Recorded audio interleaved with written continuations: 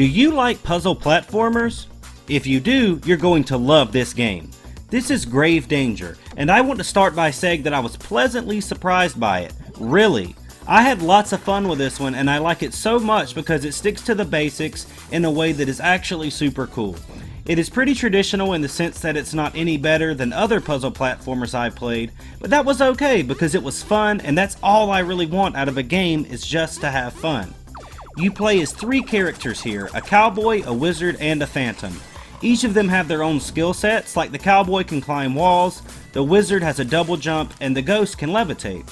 The crux of the game is being able to figure out how each of their unique skills can help you through the level given the particular situation. The aspect of teamwork is done so well here, and the one thing I will say is that you will experience its full potential if you play it by yourself. You can control all 3 characters, and that's great too, but I wanted someone else to do a co-op with me because it would make everything much faster and more enjoyable.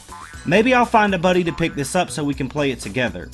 I definitely would recommend that you do the same, especially if you have a friend that likes platformers. It just seems like 2-player would be a blast here. So the gameplay is fun, and I didn't find anything terribly wonky about the mechanics. Now I want to talk a bit about everything else. First, I like this game's soundtrack. It has a really upbeat feeling to it, and I was into it for the first few minutes.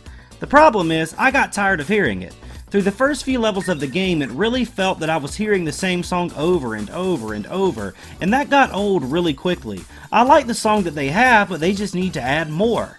It isn't bad to look at, so that helps. It's a side-scroller, so I wasn't expecting the most beautiful game ever.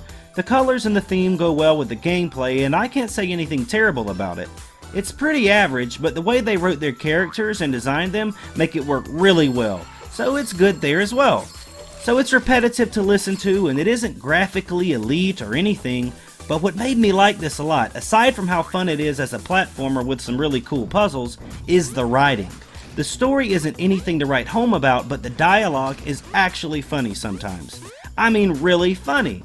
Like, I really chuckled out loud at how ridiculous and loony some of it got. I always appreciate that in a game. If it can make me laugh, then that's always going to make me more likely to recommend it. Grave Danger does that. It isn't Ratchet and Clank level funny, but it has that same charming feel that some of the lines you get from those types of games give you. It's silly, and I like silly.